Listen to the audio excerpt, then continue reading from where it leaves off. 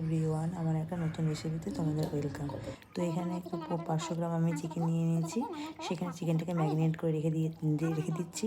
প্রথমে এখানে দই নিয়ে নিয়েছি 100 গ্রাম, আর হচ্ছে লঙ্কার গুঁড়ো, হলুদ, লবণ দিয়ে কাঁচা তেল দিয়ে, সর্ষের তেল দিয়ে ম্যারিনেট করে ভালো করে ঢেকে রেখে দিলাম 15 মিনিটের জন্য। আর কড়াই তেল গরম করে আমি আলু ভালো করে কেটে ভেজে নিলাম। তারপরে ওই তেলের মধ্যে আমি এলাচ, দারচিনি, শুকনো লঙ্কা ফোড়ন দিয়ে পেঁয়াজ কুচি দিয়ে আমি ভালো করে ভেজে নিচ্ছি একটা ক্যাপসিকাম দিয়ে। তারপরে আদা বাটা, জিরা বাটা, ধনা বাটা, পেঁয়াজ বাটা দিয়ে মশলাটাকে ভালো করে কষিয়ে নিলাম। তারপরে কষানো মশলার মধ্যে ভেজে রাখা আলু ভাজাটা আমি দিয়ে দিলাম, দিয়ে ভালো করে ভেজে নিচ্ছি, নেড়ে চেড়ে কষিয়ে নিচ্ছি। তারপরে ম্যারিনেট করা মাংসটা আমি দিয়ে দিলাম, দিয়ে আর রসুন কুচোটা আমি দিয়ে দিলাম, দিয়ে জল দিয়ে ধুয়ে নাড়ে ঘেটে আমি ঢেকে দিচ্ছি। আস্তে আস্তে এটা যখন মাংসর সাথে যখন তেল ছাড়ে আসবে মশলার সাথে, তখন আমি এখানে হালকা করে জল দিয়ে আমি ঢেকে দিব।